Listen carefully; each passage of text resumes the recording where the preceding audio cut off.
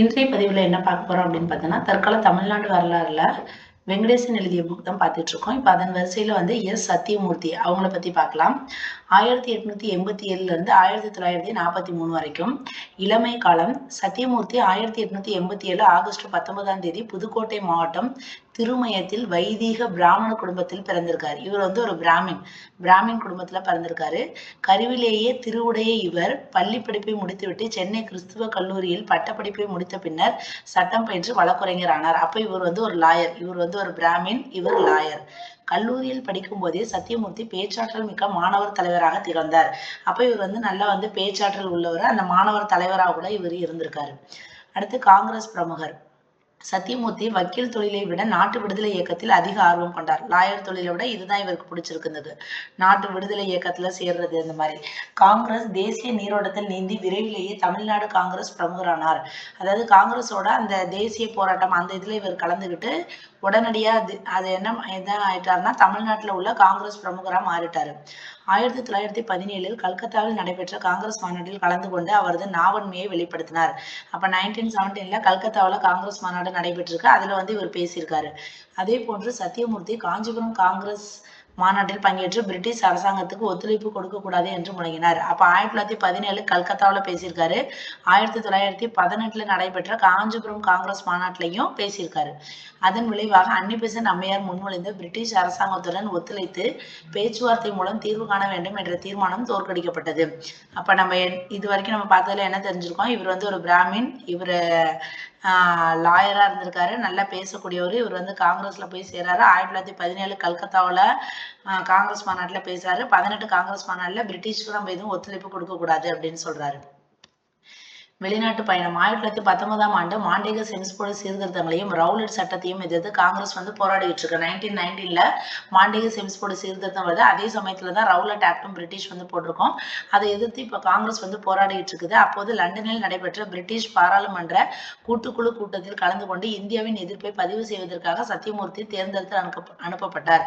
இந்த மாதிரிலாம் பிரிட்டிஷை எதிர்த்து இங்க நடைபெற்று இருக்க சமயத்துல லண்டன்ல வந்து பிரிட்டிஷ் பாராளுமன்ற கூட்டுக்குழு அப்படிங்கிற ஒரு கூட்டத்துல வந்து கலந்துக்கிறதுக்காக இந்தியரோட சார்பா இந்தியர்களை எதிர்ப்பு தெரிவிக்கணும் அப்படிங்கிறதுக்காக சத்தியமூர்த்தியை செலக்ட் பண்ணி அனுப்புறாங்க லண்டனுக்கு. அப்ப அவருக்கு வயசு எத்தனை? 32. லண்டனில் இருந்தபோது சத்தியமூர்த்தி சென்னை இந்து பத்திரிகையின் நிருபராக பணியாற்றினார். அப்ப லண்டன்ல இருக்கிறப்ப இவர் வந்து எந்த பத்திரிகையோட நிருபரா இருந்திருக்காரு? சென்னை இந்து பத்திரிகையின் நிருபரா யார் இருந்திருக்காங்க? சத்தியமூர்த்தி. சத்தியமூர்த்தி இங்கிலாந்திலும் அயர்லாந்தும் சுற்றுப்பயணம் மேற்கொண்டு இந்திய விடுதலைக்காக, அப்ப இங்கிலாந்து போனவர் பக்கத்துல அப்படி என்ன பண்றாரு? அயர்லாந்துக்கும் போயிட்டு சுற்றுப்பயணம் மேற்கொண்டு இந்தியா விடுதலை பெறதுக்காக நிறைய வந்து பிரச்சாரம் பண்றாரு. 6 மாத கால சுற்றுப்பயணத்தை முடித்துக்கொண்டு 1920 சென்னை திரும்பினார் சத்தியமூர்த்தி. அப்ப 1919ல போயிட்டு 6 மாசம் கழிச்சு இவர் என்ன பண்றாரு? 1920ல சென்னைக்கு வந்துட்டாரு. சட்டமன்ற ஒத்துழையாமை. இங்கிலாந்திலிருந்து சென்னை திரும்பிய சத்தியமூர்த்தி காந்தியின் தலைமையின் கீழ் நடைபெற்ற ஒத்துழையாமை இயக்கத்தில் தீவிர பங்கேற்கிறாரு. இங்க வந்த உடனே சென்னை வந்தோடனே என்ன பண்றாரு? காந்தி வந்து அப்போ ஒத்துழையாமை இயக்கம் ஸ்டார்ட் பண்றாங்க. அதுல இவர் ஜாயின் பண்றாரு. அப்போது ஒத்துழையாமை இயக்கத்தின் ஒரு பகுதியாக சட்டமன்ற புறக்கணிப்பை தொடர்வது என்ற காந்தியின் முடிவு காங்கிரசாரை மாற்றம் வேண்டுவோர் மாற்றம் வேண்டாதவர் என்று இரு பிரிவினராக பிரித்துவிட்டது. அப்போ ஒத்துழையாமை இயக்கத்துல எல்லாரும் பார்ட்டிசிபேட் பண்ணலாம்னு சொல்றப்ப காங்கிரஸுக்குள்ளாரே ஒரு பிரிவு வருது.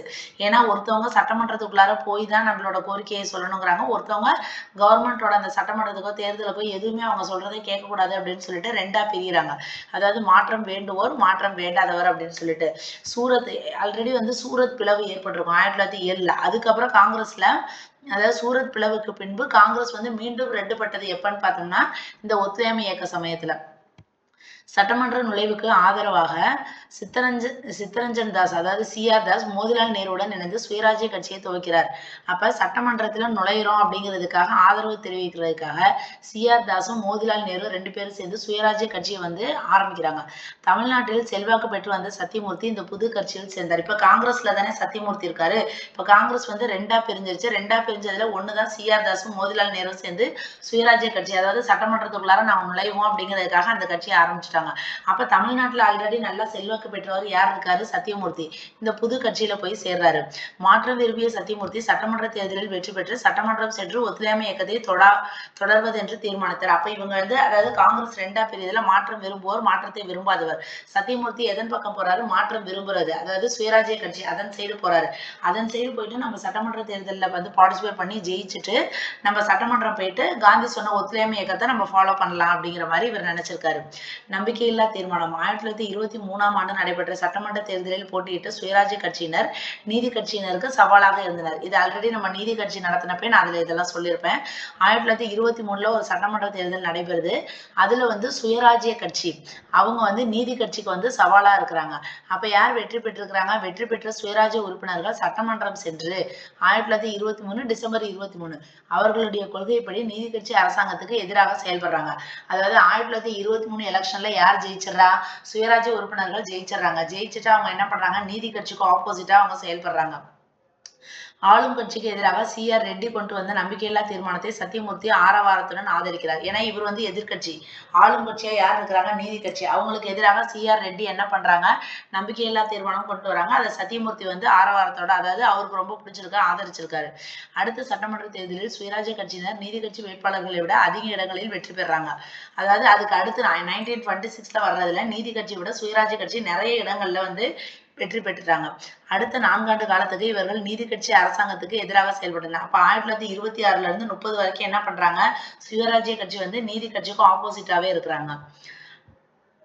சென்னைக்கு வந்து சைமன் கமிஷனை எதிர்த்து நடைபெற்ற போராட்டத்தில் சுயராஜ்ய கட்சியினர் பங்கேற்கிறாங்க. அப்ப சுயராஜ்ய கட்சி வந்து வேற எதுல பார்ட்டிசிபேட் பண்றாங்கன்னா, சென்னைக்கு வந்து சைமன் கமிஷன் ஒருத்தவங்க வருவாங்க. அவங்கள வந்து எதிர்த்து போராடுறதுல சுயராஜ்ய கட்சியும் வந்து பார்ட்டிசிபேட் பண்றாங்க. பாரதி பக்கம் பிரிட்டிஷ் அரசாங்கம் பாரதியாரின் பாடல்களை தடை செய்ததை எதிர்த்து சென்னை சட்டமன்றத்தில் தீர்மானம் நிறைவேற்றப்பட்டது. இந்த தீர்மானத்தை ஆதரித்து பேசிய சத்தியமூர்த்தி பாரதியாரின் பாடல்கள் பெருமை பற்றி கேட்டார் பிணிக்கும் உரை பாரதியாரின் பாடல்களின் பெருமை பற்றி கேட்டார் பிணிக்கும் உரை நிகழ்த்தினார். ஓகேங்களா? பாரதியாரோட பாடல்களோட பெருமையை பத்தி இவர் வந்து பேசுறாரு. அவரது சட்டமன்ற வரலாற்று முக்கிய பேச்சு தமிழ்நாட்டு மாணவர்களிடையே பாரதியார் பாடல்கள் பிரபலமடைய காரணமாக இருந்தது என்று தனது அனுபவத்தை பகிர்ந்து கொள்கிறார். அதாவது இவர் சொல்றாரு, தமிழ்நாட்டு மாணவர்கள்ட்ட பாரதியாரோட பாடல்கள் நல்லா பிரபலமா இருக்கு அப்படிங்கிற மாதிரி சொல்றாரு என்று தனது அனுபவத்தை பகிர்ந்து கொள்கிறார் சி. சுப்பிரமணியம். அதாவது பாரதியை பத்தி என்ன பேசுறாங்க? ஆக்சுவலா பிரிட்டிஷ் வந்து இப்ப யார் பக்கம் போயிருச்சு? பாரதியார் பக்கம்.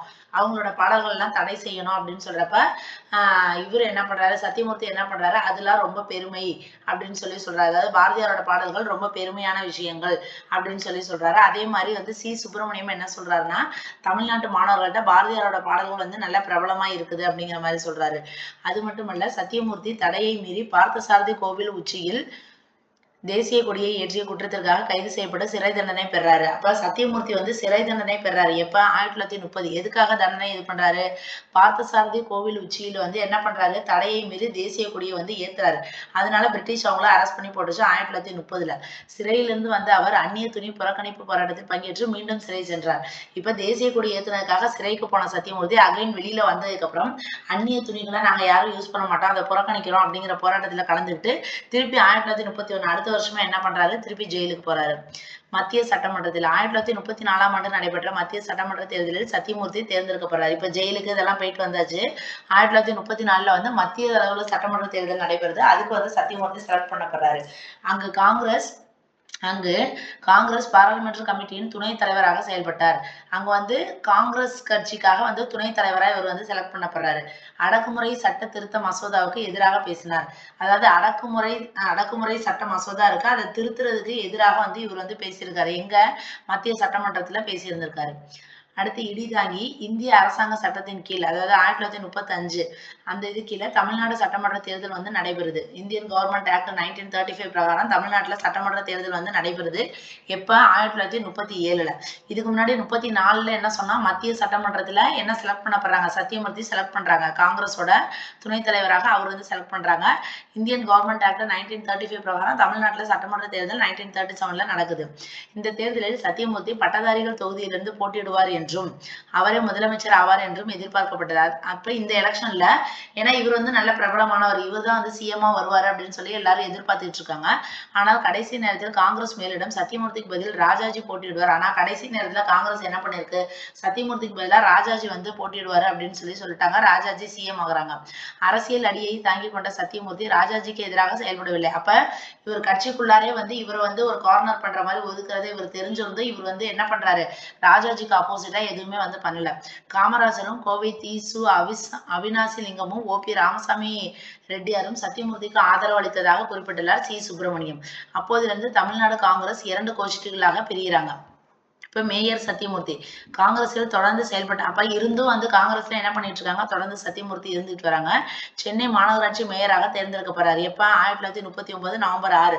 1937 ராஜாஜி சிஎம் ஆயிட்டாரு. திருப்பி இவர் தொடர்ந்து வந்து இதுல செயல்பட்டு வந்துட்டு இருந்துட்டு சென்னை மாநகராட்சியில் வந்து மேயரா எப்ப செலக்ட் பண்ணப்படுறாங்க, 1939 நவம்பர் 6ல. முதல் ஊழியராக செயல்பட்ட மேயர் சத்தியமூர்த்தியின் நிர்வாகத்தின் கீழ் சென்னை நகரம் பல துறைகளிலும் வியத்தகு மாற்றத்தை கொண்டு வந்தது. அப்ப மேயர் சத்தியமூர்த்தி வந்ததுக்கு அப்புறம் நிறைய துறைகள்ல நிறைய மாற்றங்கள் வந்திருக்குது.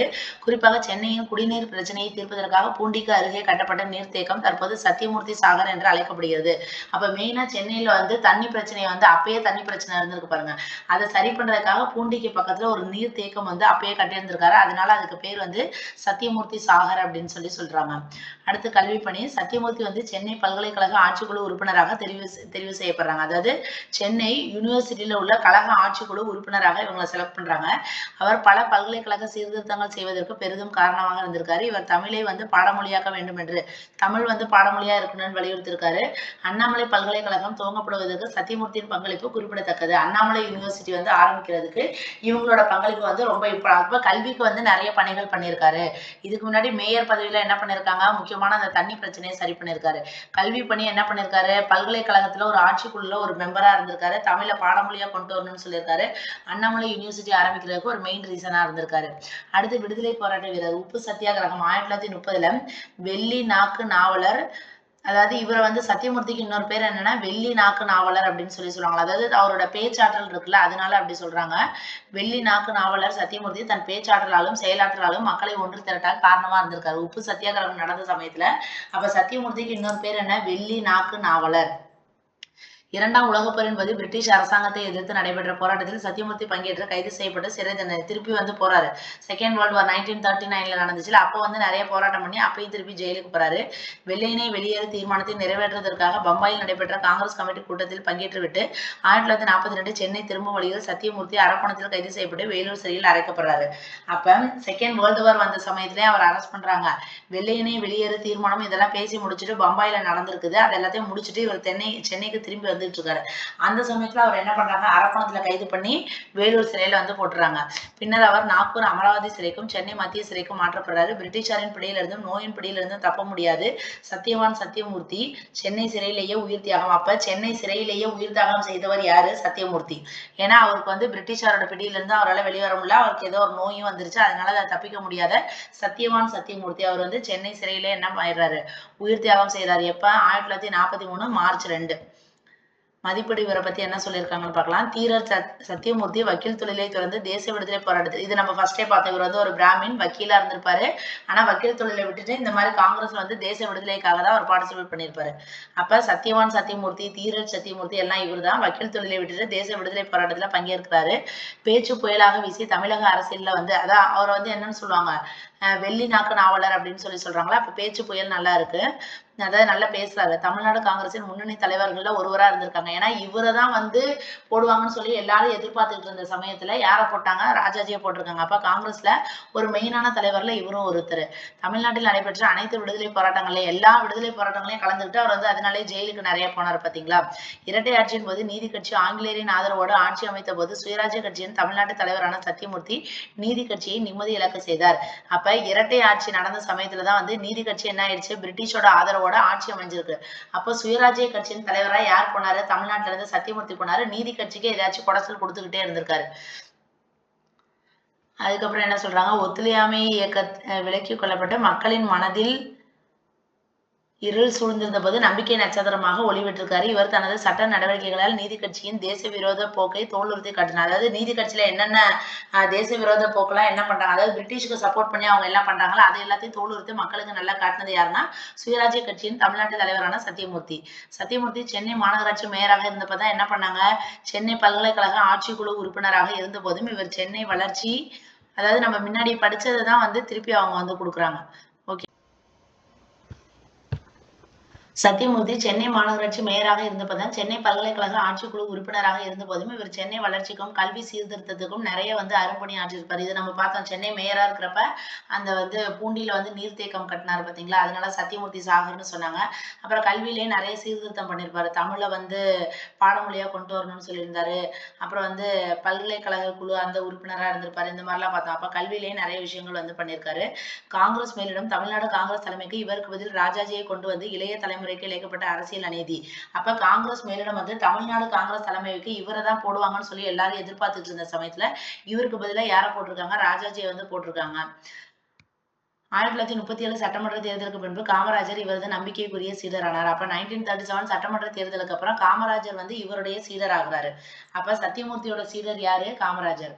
1938 மத்திய சட்டமன்ற தேர்தலில் ஆற்காடு ராமசாமி முதலியாருக்கு எதிராக போட்டியிட்ட போது இந்த இருவரும் அரசியல் பண்பாட்டுக்கு முன்னுதாரணமாக விளங்கினர். அதாவது 1938 மத்திய சட்டமன்ற தேர்தலில் யாருக்கு எதிராக போட்டியிடுறாங்க? ஆற்காடு ராமசாமி முதலியாருக்கு எதிராக போட்டியிடுறாங்க. ராஜாஜி அரசுக்கு எதிரான இந்திய எதிர்ப்பு போராட்டத்தின் போது சத்தியமூர்த்தியும் சர்வப்பள்ளி ராதாகிருஷ்ணனும் கூறிய சமரச உடன்பாட்டை நீதி கட்சியினர் ஏற்கவில்லை என குறிப்பிட்டுள்ளார் ஆர் கண்ணன். அப்ப ராஜாஜி இந்திய எதிர்ப்பு அந்த இது கொண்டு வந்திருப்பாங்க பாத்தீங்களா, அப்ப அவருக்கு எதிராக இந்திய எதிர்ப்பு போராட்டம் நடைபெற சமயத்துல சத்தியமூர்த்தியும் சர்வப்பள்ளி ராதாகிருஷ்ணன் இவங்க 2 பேரும் சமரச சமன்பாடு பண்றதுக்காக நீதி கட்சிட்ட வந்திருக்காங்க. ஆனா அதை அவங்க ஏற்கல அப்படின்னு சொல்லி யார் சொல்றாங்க? ஆர் கண்ணன் சொல்றாரு. சத்தியமூர்த்தி இறந்தபோது சத்தியமூர்த்தி ஜெயிலே இறந்துட்டாருன்னு பார்த்தோமா, சத்தியமூர்த்தி இறந்தபோது இந்து நாளேடு அவரை மக்கள் உரிமை காவலர் என்றும் இந்திய விடுதலையின் போராளி என்றும் கூறி சிறப்பித்தது. இவர் லண்டன் போயிட்டு இருந்தப்ப லண்டன்ல போய் இருப்பார் பாத்தீங்களா, அப்போ இந்து நாளேடு பத்திரிகையின் ஆசிரியரா இருந்திருப்பார்ல, அப்ப இவர் இறந்த சமயத்துல இந்து நாளேடுல அவரை பத்தி என்ன சொல்றாங்க? மக்கள் உரிமை காவலர், மக்களோட உரிமைக்காக இவர் ஒரு காவல் காக்குற மாதிரி இருந்தாரு, அவர் இறந்துட்டாரு அப்படிங்கிறதுனால மக்கள் உரிமை காவலர் அப்படின்னு சொல்றாங்க. அதே மாதிரி இந்திய விடுதலையின் போராளி அப்படின்னு சொல்லி அந்த நியூஸ் பேப்பர்ல சொல்லி அவர் சிறப்பிக்கிறாங்க. இதோட அவ்வளவுதான். சத்தியமூர்த்தி இது முடிஞ்சிருச்சு. அடுத்து ஒரு நல்ல பதிவுல பார்க்கலாம். தேங்க்யூ.